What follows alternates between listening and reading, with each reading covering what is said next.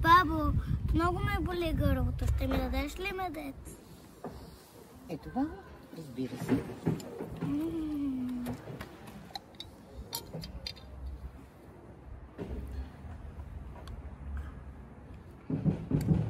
Заповядай.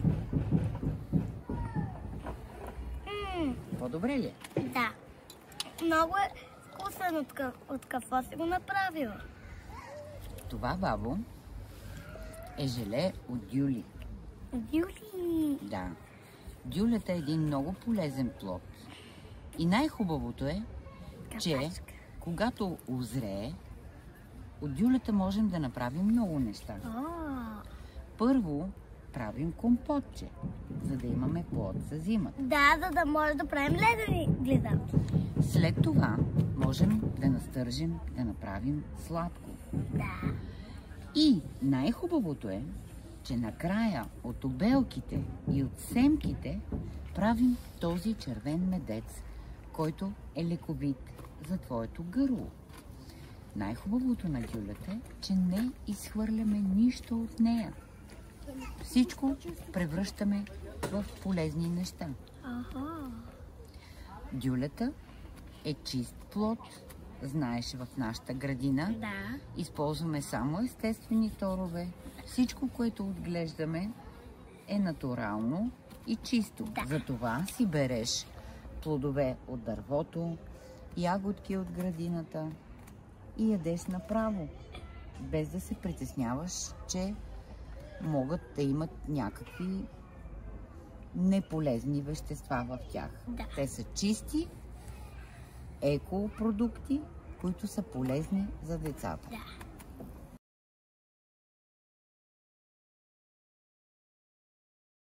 Давай. Дядо, какво е това? Това са домати, дядо, които сега са насадени и като пораснат малко повече, после ще им забиеме колци.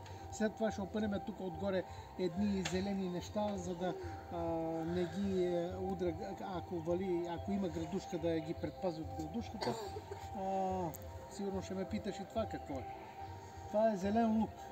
Зелен лук, който баба Жана го е насадила и служи за салата и за готвене. Тук има също зелен лук, има чесън насаден, оттатък са лозето и оттатък са смите. Там са смите, които ги берем и правим вино червено, много червено вино, което го пиеме. Ти пил ли си червено вино? Не. Добре, там има овошки, дядо, и тук има бадем също, и там е вашия батут отзад. Да.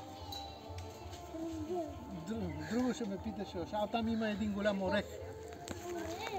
Да, един голям орех, който баба Жана. Ето тук, да не се вижда, голям орех да не се вижда. Там са дръвчета.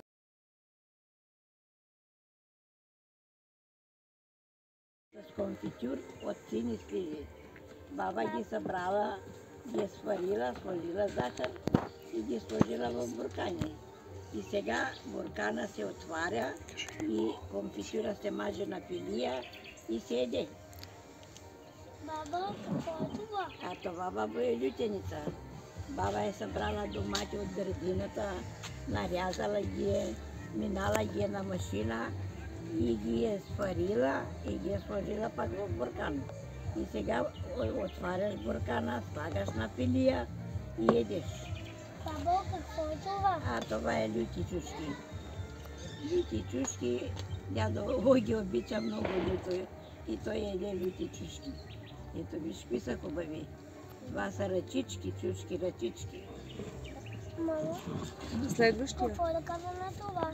Това, баба, е компот. Компот от сини сливи. Виж, какви са хубави. Да. Баба ги е събрала от дървото и ги е резала. Дървото има дървото по градината с сини сливи. И ги е резала на половинки, за да хвърли костилката.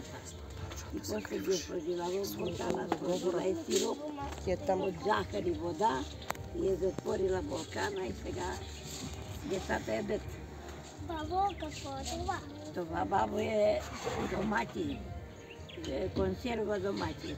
Ама така се Колко е хубава. няма да ни различават. Направена 25-та година. Мисля, че... 24-та, не 25-та. А онова бабо е трошия. Сурова трошия. Знаеш как се прави суровата трошия? Не. Събираш чушки от градината. Събираш моркови, слагаш и зелени домати.